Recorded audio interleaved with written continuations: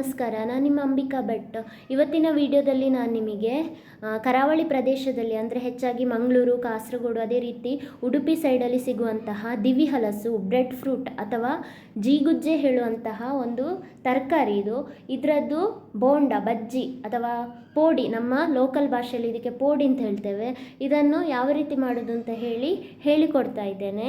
ದೀಗುಜ್ಜೆಯ ಪೋಡಿ ಮಾಡಲಿಕ್ಕೆ ನೋಡಿ, ನಮ್ಮ ಮನೆಯಲ್ಲೇ ಆದಂತಹ 2 ದೀಗುಜ್ಜೆಯನ್ನು ಕೊಯ್ದು ತಂದಿದ್ದೇನೆ. ಇದನ್ನು ಇವಾಗ ನಾವು ತೊಳೆದು ಇದರ ಸಿಪ್ಪೆಯನ್ನು ತೆಳ್ಳಗೆ ತೆಗಿಬೇಕು.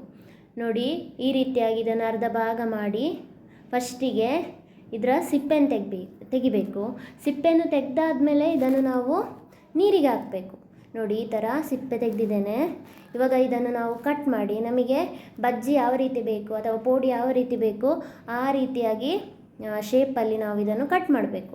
ನಾನಿಲ್ಲಿ ಈ ರೀತಿಯಾಗಿ ಕಟ್ ಮಾಡ್ತಾ ಇದ್ದೇನೆ. ನೀವು ನಿಮಗೆ ಯಾವ ಶೇಪ್ ಬೇಕು ಆ ಶೇಪ್, ರೌಂಡ್ ಆದರೆ ರೌಂಡು ಅಥವಾ ಈ ರೀತಿ ಆದರೆ ಈ ರೀತಿಯಾಗಿ ಇದನ್ನು ಕಟ್ ಮಾಡ್ಬೋದು. ನೋಡಿ, ಈಗ ಇದನ್ನು ನಾನು ಸ್ವಲ್ಪ ನೀರಿಗೆ ಹಾಕ್ತಾ ಇದ್ದೇನೆ, ಯಾಕಂದರೆ ಇದರಲ್ಲಿ ತುಂಬ ಮಯಣ ಇರ್ತದೆ, ಅದಕ್ಕೋಸ್ಕರ ನೀರಿಗೆ ಹಾಕ್ತಾ ಇದ್ದೇನೆ. ನೀರಿಗೆ ಹಾಕಿ ಸ್ವಲ್ಪ ಹೊತ್ತಲ್ಲಿ ತೆಗಿಬೇಕು, ಇಲ್ಲಾಂದರೆ ನೀರೆಲ್ಲ ಎಳ್ಕೊಳ್ತದೆ.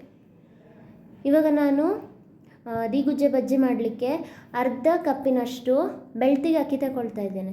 ಬೆಳ್ತಿಗೆ ಅಕ್ಕಿಯನ್ನು ಯಾಕೆ ಹಾಕೋದು ಅಂತ ಹೇಳಿದರೆ, ಸ್ವಲ್ಪ ಕ್ರಿಸ್ಪಿಯಾಗಿ ಕರುಕುರು ಆಗಬೇಕಿದ್ರೆ ನಾವು ಅದಕ್ಕೆ ಬೆಳ್ತಿಗೆ ಅಕ್ಕಿಯನ್ನು ಹಾಕಬೇಕಾಗ್ತದೆ. ಅದೇ ರೀತಿ ಫಸ್ಟಿಗೆ ನಾವು ಇದನ್ನೀಗ ಹುಡಿ ಮಾಡುವ, ಒಂದು ಮಿಕ್ಸಿಗೆ ಹಾಕಿ ಹುಡಿ ಮಾಡುವ. ಈಗ ನಾನು ಇದಕ್ಕೆ 2 ಕಪ್ಪಿನಷ್ಟು ಕಡಲೆ ಹಿಟ್ಟನ್ನು ಹಾಕ್ತಾ ಇದ್ದೇನೆ. ನೋಡಿ, ಅದೇ ಗ್ಲಾಸಲ್ಲಿ 2 ಕಪ್ ಕಡಲೆ ಹಿಟ್ಟು ಹಾಕ್ತಾ ಇದ್ದೇನೆ.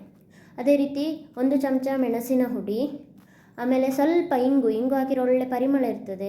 ಅದೇ ರೀತಿ ಜೀರಿಗೆ ಹಾಕ್ತಿದ್ದೇನೆ 1 ಚಮಚದಷ್ಟು, ರುಚಿಗೆ ತಕ್ಕಷ್ಟು ಉಪ್ಪು, ಇನ್ನೊಂದು ಚಿಟಿಕೆ ಅರಶಿನ ಹಾಕಬೇಕು, ಯಾಕಂದರೆ ಕಲರ್ ಬರಬೇಕಲ್ಲ ಅದಕ್ಕೆ.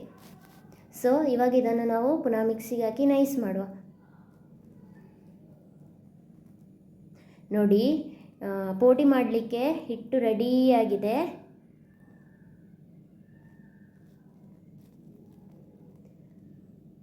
ಇವಾಗ ಎಣ್ಣೆಯನ್ನು ಕಾಯಲಿಕ್ಕಿಡುವ. ಈ ಒಂದು ಹಿಟ್ಟಿಗೆ ನಾನು ಕಟ್ ಮಾಡಿಟ್ಟಂತಹ ದೀಗುಜ್ಜೆಯನ್ನು ಹಾಕ್ತಾ ಇದ್ದೇನೆ. ಎಣ್ಣೆ ಬಿಸಿಯಾದ ಕೂಡಲೇ ನಾವು ಇದನ್ನು ಎಣ್ಣೆಗೆ ಬಿಡುವ. ನೋಡಿ, ಎಣ್ಣೆ ಬಿಸಿಯಾಗಿದೆ. ಈಗ ಒಂದೊಂದೇ ಎಣ್ಣೆಗೆ ಬಿಡುವ. ಸ್ವಲ್ಪ ಬೇಗ ಬಿಡಬೇಕು, ಇಲ್ಲಾಂದರೆ ಫಸ್ಟಿಗೆ ಹಾಕಿದ್ದು ಕರಂಚಿ ಹೋಗ್ತದೆ.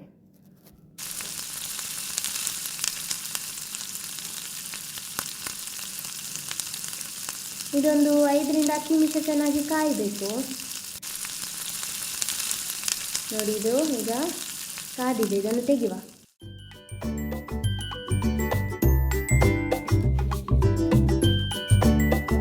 ನೋಡಿದ್ರಲ್ಲ ಫ್ರೆಂಡ್ಸ್, ಸಂಜೆ ಕಾಪಿಗೆ ಬಿಸಿ ಬಿಸಿ ಬಜ್ಜಿ ಅಥವಾ ಬಿಸಿ ಬಿಸಿ ಪೋಡಿ ರೆಡಿಯಾಗಿದೆ.